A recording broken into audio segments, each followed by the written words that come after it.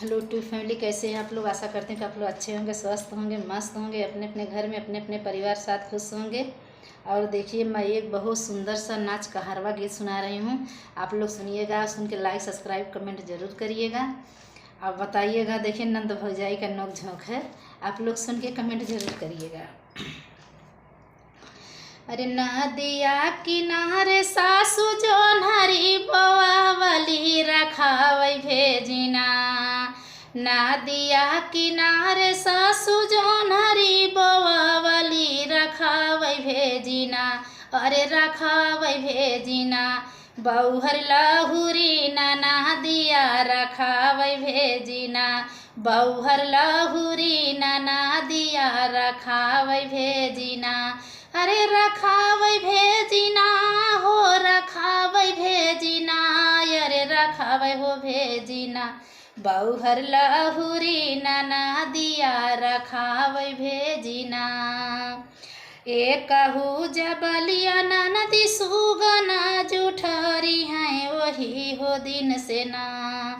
एकहू Jabalia नदी सुगना जुठरी हैं तो हई हो ननदीना।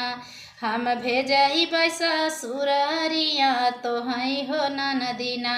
देबै तोहरा गवानमा सुना हो ननदीना।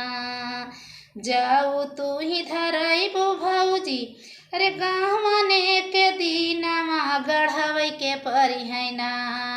जाऊ तू ही देबू भौजी, हमारो गवानमा गढ़ावे के परी है ना।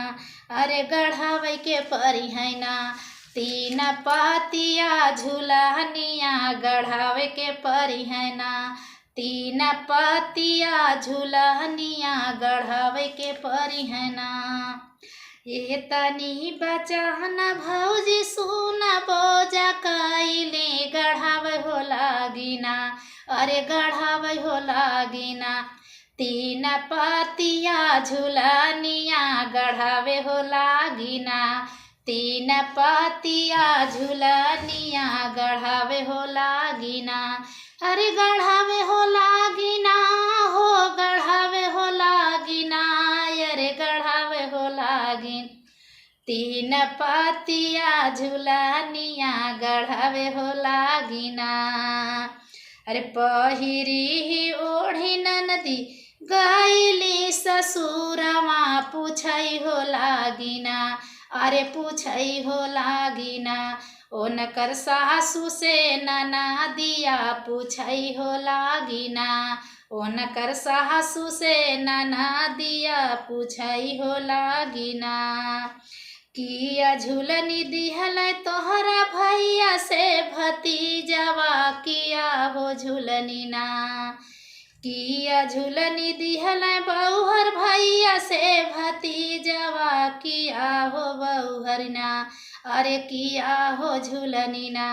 तोहरे नैहरे कयारवा किया हो झूलनी ना। तोहरे नैहरे कयारवा किया हो झूलनी ना।